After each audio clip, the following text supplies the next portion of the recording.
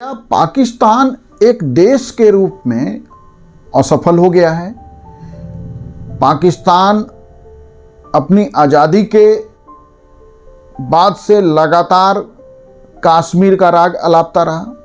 कश्मीर समस्या को लेके पाकिस्तान ने यह अब अपने लोगों को यह समझाया कि पाकिस्तान की सारी समस्या का समाधान कश्मीर में है। कश्मीर तो पाकिस्तान को नहीं मिला, लेकिन आज पाकिस्तान जो है दो हिस्सों में ऑलरेडी पाकिस्तान बढ़ चुका है, पाकिस्तान और बांग्लादेश 1971 में। आज पाकिस्तान का लगभग आधा हिस्सा बलूचिस्तान है, 44% हिस्सा बलूचिस्तान है, वह पाकिस्तान से अलग होने की संघर्ष कर रहा है। तो सवाल यह है कि पाकिस्तान के बनने के बाद से पाकिस्तान एक देश के रूप में आगे बढ़ने के बजाय लग रहा है कि पाकिस्तान एक फेल्ड स्टेट हो जाएगा। दुनिया में जो विकसित देश हैं उनकी सब एक आज चिंता है कि पाकिस्तान में सरकार को और व्यवस्था को कैसे बचा के रखा जाए। जब तक अमेरिका के लिए पाकिस्तान स्ट्रेटेजिक रूप से महत्वपूर्ण बना रहा, तो अमेरिकन सरपरस्ती में और अमेरिकी समर्थन में पाकिस्तान जो है लगा कि एक दुनिया का जो है तरक्की पसंद देश है, या पाकिस्तान जो है आगे बढ़ रहा है, उसकी इकोनॉमी आगे बढ़ रही है। लेकिन जैसे ही अमेरिका की दिलचस्पी पाकिस्तान में कम हो गई, या कहिए कि आज अमेरिका के लिए पाकिस्तान उतना महत्वपूर्ण नहीं रहा, वैसे ही जैसे अमेरिका का मजबूत समर्थन पाकिस्तान से हटा या पाकिस्तान से कम हुआ, पाकिस्तान ने कोशिश की उसकी भरपाई के लिए, वह चीन की तरफ गया। लेकिन चीन जो है वो कुछ भी जो है अपने व्यापक लाभ को ध्यान में रखकर देता है। तो पाकिस्तान पहले अमेरिका के साथ जुड़कर जो है अपने देश की आर्थिक तरक्की के रास्ते चल रहा था, अब वो चीन के मदद से करना चाहिए। मतलब पाकिस्तान का आंतरिक तंत्र, उसका अपना इकोनॉमिक मॉडल क्यों इस तरह डेवलप नहीं हो पाया कि पाकिस्तान जो है आर्थिक रूप से अपने समाज को आगे बढ़ाने के लिए स्वतंत्र तरीके से काम कर सके। कभी अमेरिका की मदद चाहिए थी, आज चीन की मदद चाहिए उसे। तो ऐसा हुआ क्यों?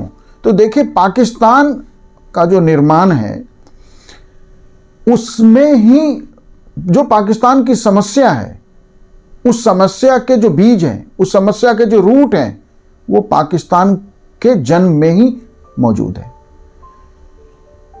1934 में जब इंडियन नेशनल कांग्रेस ने यह प्रस्ताव पारित किया कि हम जमींदारी उन्मूलन चाहते हैं भारत में,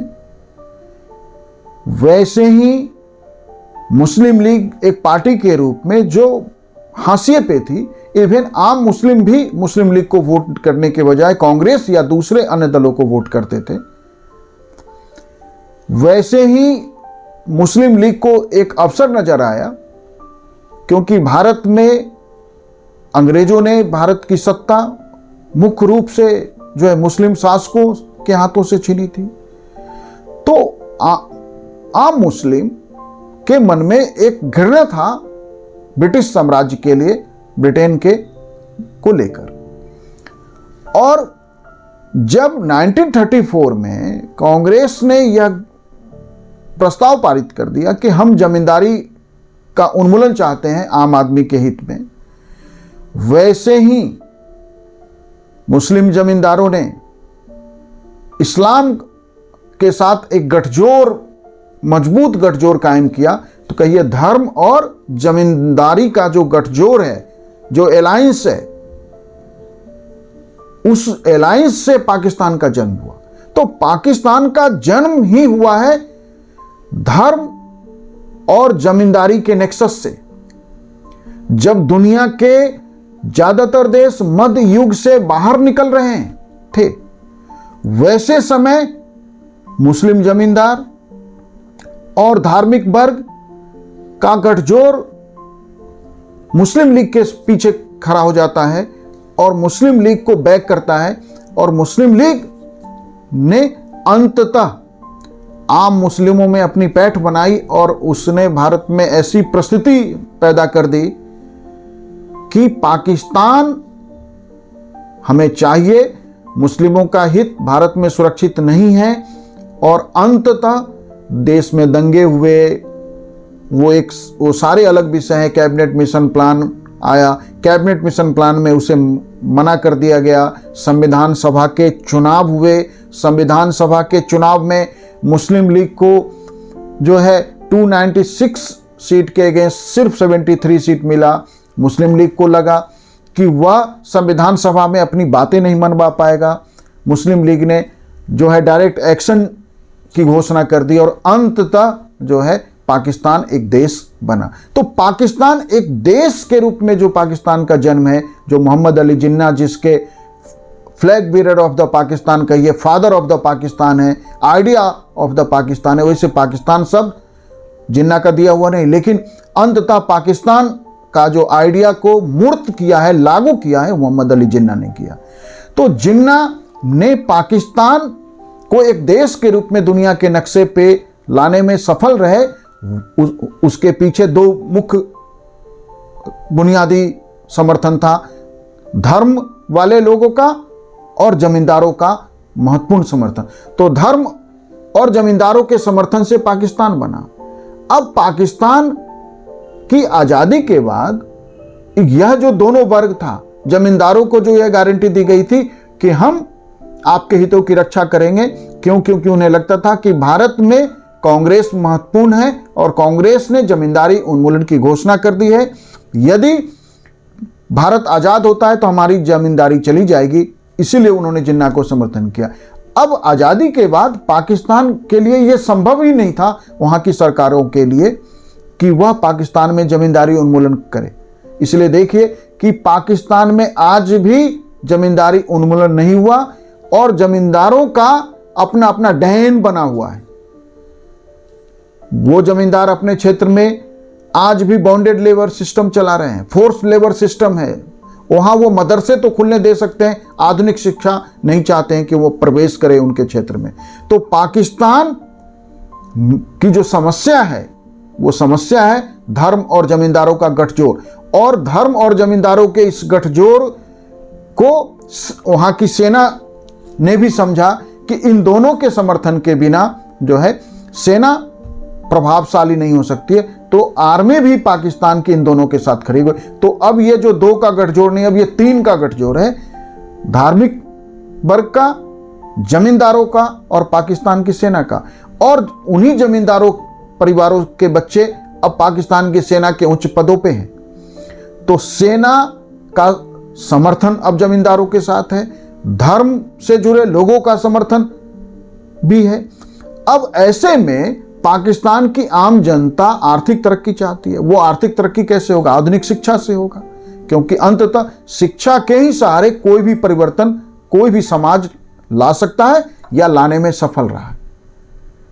लेकिन यह जमींदार कभी नहीं चाहेंगे, धर्म से जुड़े लोग कभी नहीं चाहेंगे, धार्मिक वर्ग के लोग कभी नहीं चाहेंगे कि आम आदमी शिक्षित हो और उनकी असलियत जान जाए। इसीलिए आधुनिक शिक्षा को पाकिस्तान में जो है सप्रेस करके रखा गया है और आम आदमी को उलझा के रखा हुआ है कि धर्म महत्वपूर्ण है, अल्लाह के मैसेज महत्वपूर्ण है, इस्लाम महत्वपूर्ण है, शरिया महत्वपूर्ण है, कुरान महत्वपूर्ण है। तो आम आदमी के लिए उसके जीवन से, उसकी अन्य सारी जरूरतों से ऊपर उसका धर्म है। जब आम आदमी के लिए सभी बातों से ऊपर धर्म है और जमींदार के साथ उनका गठजोड़ है और जमींदार भी नहीं चाहते कि आधुनिक शिक्षा का प्रसार हो।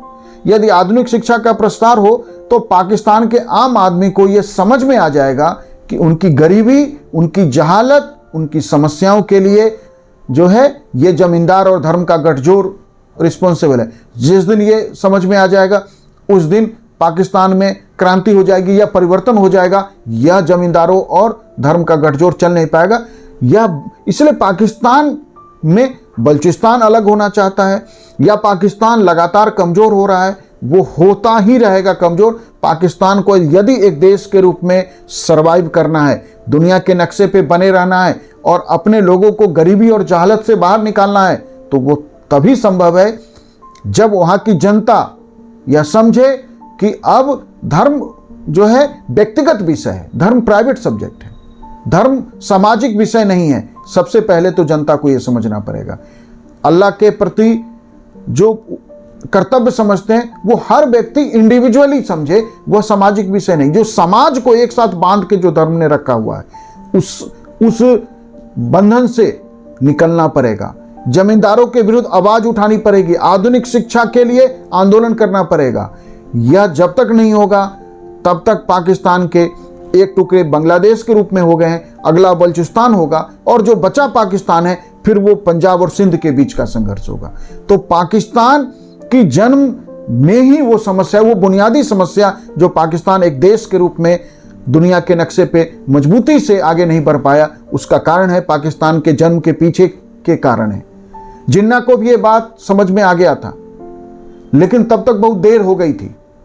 इसलिए देखिए कि मोहम्मद अली जिन्ना जो कायदे आजम है पाकिस्तान के, उनके जीवन में उनके अंतिम दिन कितने जो हैं कष्ट में बीते हैं, या उन्हें पूरी तरह इग्नोर कर दिया गया था। उनकी बातें सुनी नहीं जा रही थी जो कायदे आजम थे, क्योंकि जिस धर्म का उन्माद जिन्ना ने इस्तेमाल किया, जिस उन्माद के सहारे पाकिस्तान का निर्माण किया, अब जिन्ना चाहते थे कि पाकिस्तान एक सेक्युलर देश बने। संभव ही नहीं है, क्योंकि धर्म के जिस उन्माद से लोगों को आपने पागल बना दिया था, अब उन लोगों से आप कह रहे हैं कि नहीं पाकिस्तान तो एक धर्मनिरपेक्ष देश होगा। कहां संभव है, कैसे संभव है? लोगों ने जो है जिन्ना से ही दूरी बना ली, क्योंकि वहां के सत्ता में बैठे लोगों को ये बात समझ में आ गया कि हमने जिनके समर्थन से इस पाकिस्तान को एक देश के रूप में कायम किया है, एक देश के रूप में स्थापित किया है, उनके विरुद्ध जाके हम इस सफल नहीं हो सकते, हम सरवाइव नहीं कर सकते। तो सत्ता में बने रहने के लिए राजनीतिज्ञों ने भी धर्म से संबंधित वर्ग और जमींदारों के साथ एक तरह से कहीं सरेंडर कर दिया या गठजोड़ बना लिया, और उनके विरुद्ध कोई नीति पाकिस्तान में बनती नहीं। तो जब तक पाकिस्तान की सरकार जो है आम आदमी के हित में आर्थिक नीति बनाने की बात तो दूर में रही, सबसे पहले आम आदमी के हित में आप जमींदारी का उन्मूलन कीजिए। आम आदमी के लिए शिक्षा की रोशनी को, आधुनिक शिक्षा, मदरसे की शिक्षा के मैं विरुद्ध नहीं हूं, मदरसे की बेसिक शिक्षा, यदि धर्म की शिक्षा जरूरी है तो दीजिए, लेकिन उतना ही जरूरी आधुनिक शिक्षा भी है। आप बच्चों को आधुनिक शिक्षा के दरवाजे खोलिए। जैसे ही आधुनिक शिक्षा के दरवाजे खुलेंगे, पाकिस्तान धर्म और जमींदारी के इस जकड़न से बाहर निकलेगा। जब उस जकड़न से बाहर निकलेगा तब जाके ही एक नए पाकिस्तान का जो है उदय होगा। उस नए पाकिस्तान का उदय होगा जो आर्थिक रूप से तरक्की करेगा, जहां हर व्यक्ति के जीवन में बेहतरी होगी, जहां हर व्यक्ति अपने लिए काम तलाश पाएगा और इस समस्या और जहालत से बाहर निकलेगा। Thank you.